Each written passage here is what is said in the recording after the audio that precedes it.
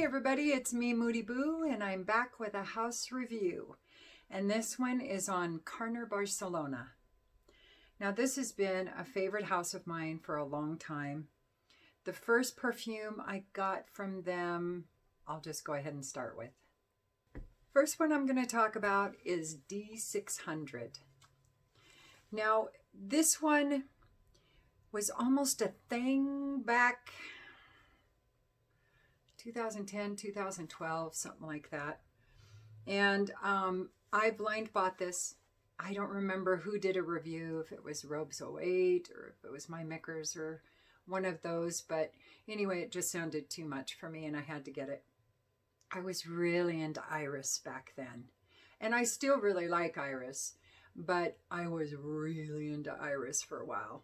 And this is Iris and vanilla and cardamom, and there's some vetiver in there, and some citruses and woods in the dry down. But for me, it's all about the iris and the vanilla. It's this beautiful, sweet iris. And most of the time, for me, iris perfumes can be kind of powdery, can be very earthy. This is a very sweet iris. I just adore it. A little bit of spices, a little bit of wood in the dry down. And at the very top, you can kind of get some citruses. There's a little bit of citrus, but they go away really quick. It is really pretty. All of my CARNER Barcelonas, except for Palo Santo, I had decants before I bought a full bottle. I did blind buy Palo Santo because it's one of my favorite aromas. All right. And performance is really good on this too. Okay, next up. So the next one I'm going to talk about is Tardes. This one is a very, almost has a makeup vibe to it. It's almond and heliotrope and tonka. There's some musk and plum and some woods in the dry down, a little bit of rose. But honestly, for me, it's all about the musk, the almond, the heliotrope, and the tonka. But it reminds me of an expensive makeup, which I don't usually like at all. Makeup smelling perfumes. That is not my thing. But in this, it is, because it's sweet but without being too sweet. And it's airy without being flighty. It's so pretty. So pretty. And even though it smells like makeup, I still think this is very unisex. I really do. And performance on this is really good for me too. So be careful with some of these. You know, test them out on yourself before you just start blasting away. Give it one spray, see how it performs, you know, and then build up from there, titrate up. Don't just, you know, I have seen some people, even on YouTube, that will get a perfume right out of the box, haven't smelled it, or a sample or a decant, and I will watch them just and it's like, whoa, what are you doing? Why don't you go the other way around? Instead of starting with 10 sprays and realizing, okay, I have just suffocated everybody in the room. The dog is dead. The fish are floating belly up. Maybe it would have been better to start with 1 or 2 sprays. And if it didn't perform well, build up to 10. Does that sound kind of logical? Okay, then. But I have. And then they're like, I'm like, well, you idiot. What the hell are you thinking? Good thing you're not an astronaut, or y'all have been floating around in space little corpses. That's for damn sure. Oh, yes, I like it very much. Anyway, all right. Did I say performance? Performance on this is good. So, and I still, like I said, think it's very unisex, even though it does got that makeup smell. I think it's from the almond and the heliotrope. I'm not sure. Because I don't usually get that from a tonka perfume, so it must be the heliotrope. All right, next. So the next one I'm going to talk about is Elborn. It's one of my favorites. They're all favorites. It's like when somebody asks me, what's your favorite Mel Brooks movie? Pretty much the last one that I watched. If it was Blazing Saddles that I last watched, that's my favorite. If it was High Anxiety, that's my favorite. If it was History of the World Part 1, that's my favorite.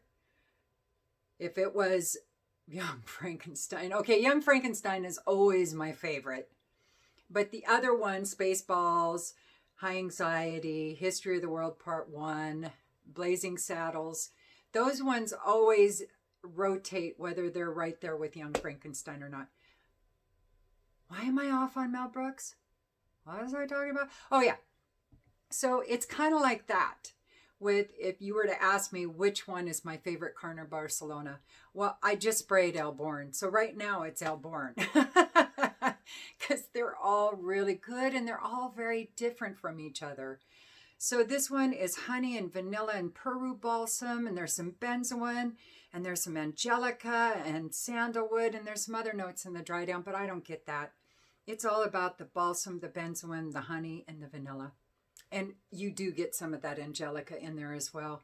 But honestly, it's just this sweet, resinous honey. But not the kind of honey like you get in Zoology's Bee, or even in Hedonist. Hedonist is a very fruity kind of honey. And Bee by Zoologist is a very true, realistic honey. This is a very balsamic, warm kind of a honey. Oh, I just love it. Performance on this is really good too, on all of them. So very unisex, but I think honey is a completely unisex note. So I love this one. Anyway, next. But I do want to say before I talk about the last one, these are not going to be my last CARNER Barcelonas. There are, all the ones I have are from the Wood collection. There are a couple from the Oriental collection I want. I'm very intrigued by the Dream collection, so I want to sample some of those.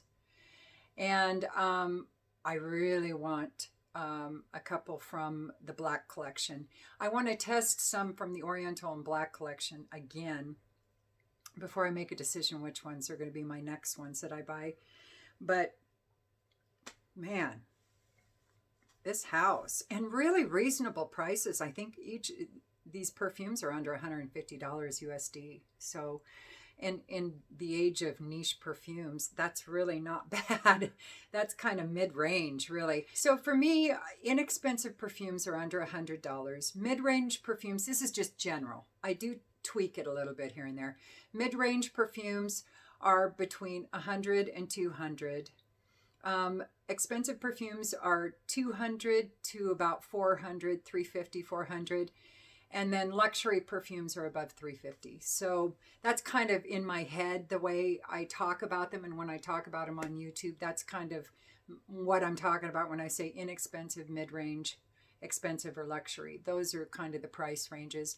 Now, I am going to do 8 great perfumes on inexpensive perfumes, because I found I have a bunch of really good perfumes that are under $100.